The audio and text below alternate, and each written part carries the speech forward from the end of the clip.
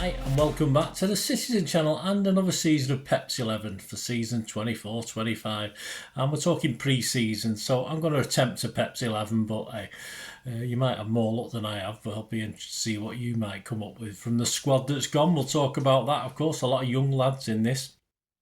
And of course we play Celtic on the 24th of July at 30 minutes past midnight, which is on Wednesday. I'm getting all confused with me swapping my shifts at work. I was obviously played in America. I think it's 5 hours differences or something like that. But anyway, I think it's Wednesday at half past midnight, so it's obviously early hours of Wednesday morning.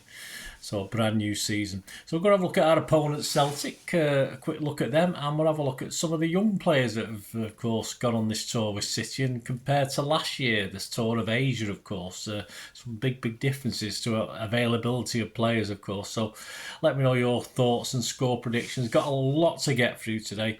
We're going to be playing Celtic at the Keenan Stadium, Chapel Hill, North Carolina. Hopefully loads of Blues will be there, or US Blues. Will be there for this one. And this is going to be shown officially on City Plus, so I'll have to subscribe for a month again because at $4.99, I'm sorry, it's a little bit expensive, isn't it? Right, just a moment of your time, guys, before we get on with this Pepsi 11. Yes, please, if you are new to the channel, push that subscribe button, push the bell notifications, everything. City past, present, and as long as I can keep going.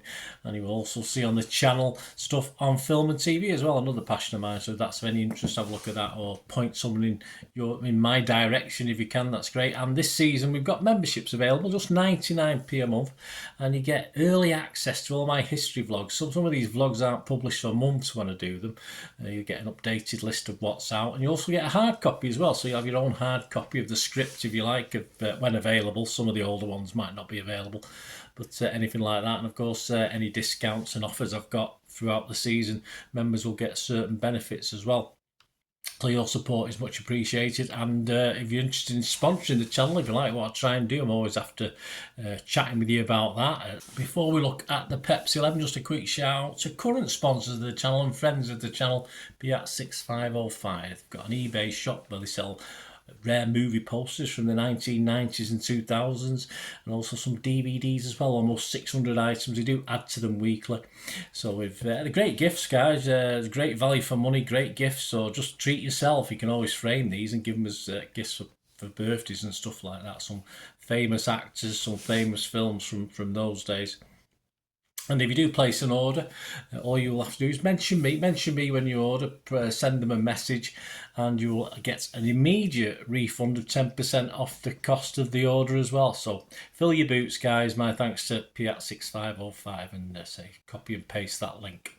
Right, there we go. If you're interested yourself in sponsoring this channel going forward, just get in touch, guys. I'd be very welcome. We can have a chat about that. I'll tell you various socials at the end of this, but let's get on with what we're doing on this Pepsi 11. What have Celtic been up to? Well, back as manager, of course, Brendan Rodgers, linked to City in the past. I think that ship's well and truly sailed. Well, I hope so anyway. Rodgers is current. Oh, he's not very old. He's not 50 odd. He's young, in his early 50s, isn't he? So plenty of time left for him. He's currently enjoying his second spell at Celtic Park. I did prefer Parkhead in theory, having been reappointed in June 2023. A couple of Celtic players to look out for up front. They've played 50 competitive matches last season, and Kyogo Furuhashi was the only one to feature in every single one of them. The Japanese forward joined the club in 2021. It's been crucial to their success. Finished the last campaign as their joint leading scorer with 19 goals. He managed 5 assists as well. He wasn't able, though, to match his tally of 34 goals and 5 assists from the season before. Furuhashi is one of Scotland's most exciting attackers, but we've also got Matt O'Reilly, who was able to equal Furuhashi's goal tally in all competitions, and also added an impressive 18 assists, so even better. Born in London, assists, not assists. Born in London but a Denmark international, the 23-year-old's quality on the ball and energy off it earned him a spot in the PFA Scottish Premier Team of the season. Of course, ex-City favourite Joe Hart hung up his goalie gloves at the end of last season after a profitable on the trophy front, I'm sure commercially and money-wise as well, twilight of his career at Glasgow Celtic. They're just called Celtic now, aren't they? They dropped the Glasgow. Previously, of course, in Pep's first season, we met them twice in the group stages of Champions League. Didn't end too good for us. I think most City fans were a bit disappointed. A thrilling 3-3 draw at Celtic Park, certainly for the neutral. It wasn't thrilling for me. Back in September 2016, we came from behind on 3 separate occasions. Fernandinho, Sterling, Nolito, all on target.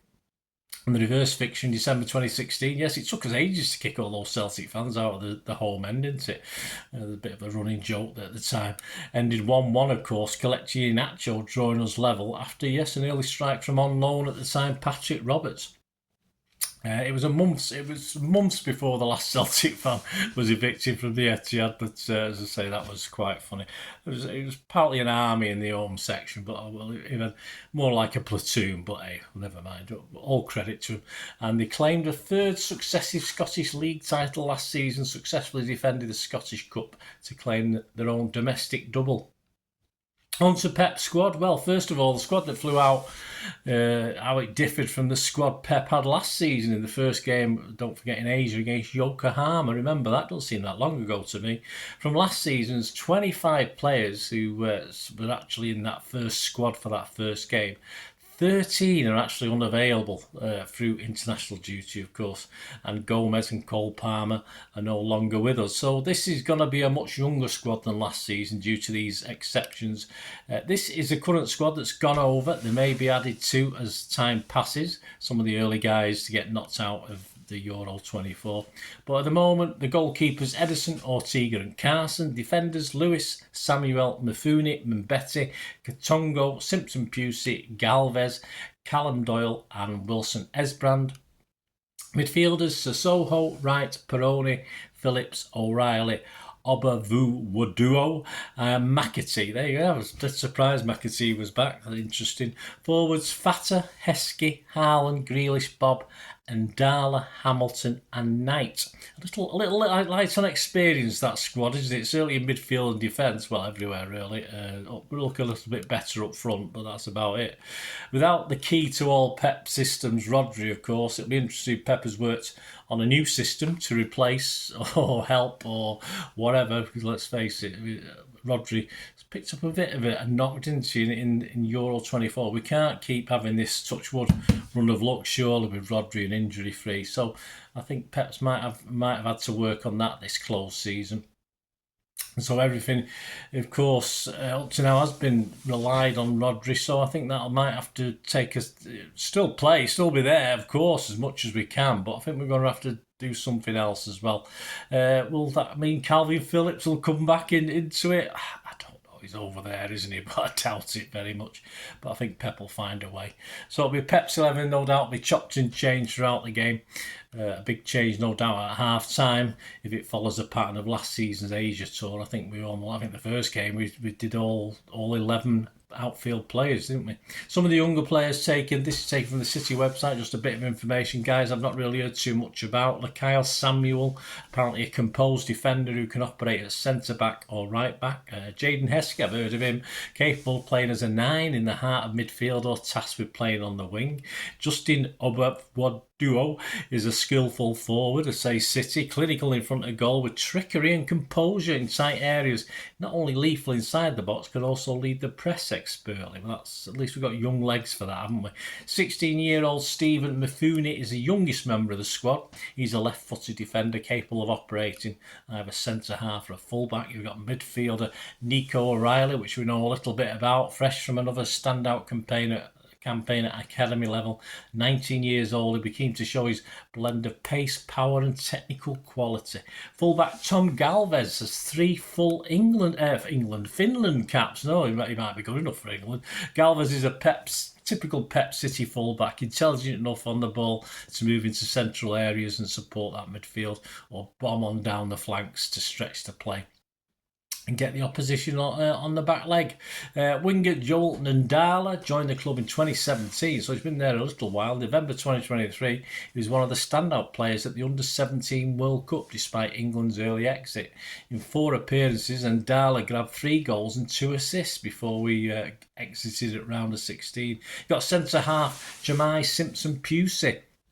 18-year-old signed scholarship terms in July 2022 and is described as a commanding presence in the heart of the defence. His impressive physical attributes are complemented by an eye-catching composure on the ball. Comfortable picking up play in dangerous areas, he's demonstrated has the maturity and confidence to spark attacks from deep.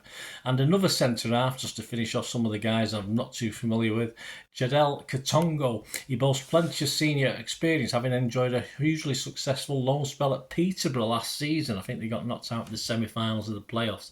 League One season for them. He has played right back, a position where his impressive technical quality has thrived. So what about to start this? Well, I've done a 4-3-3 to start this game. If I get 5 of these, I'll be quite happy.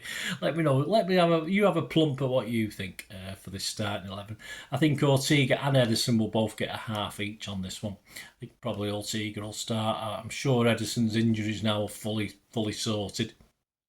I'm not too sure if Carson will get a go in this one. So I think Ortega may start and Ederson come on at half time. This is my back 4. I'm going to go Lewis, Katongo, Simpson-Pusey and Wilson Esbrand. Very young and experienced, but not many options at the back, centre-half wise and full-back wise.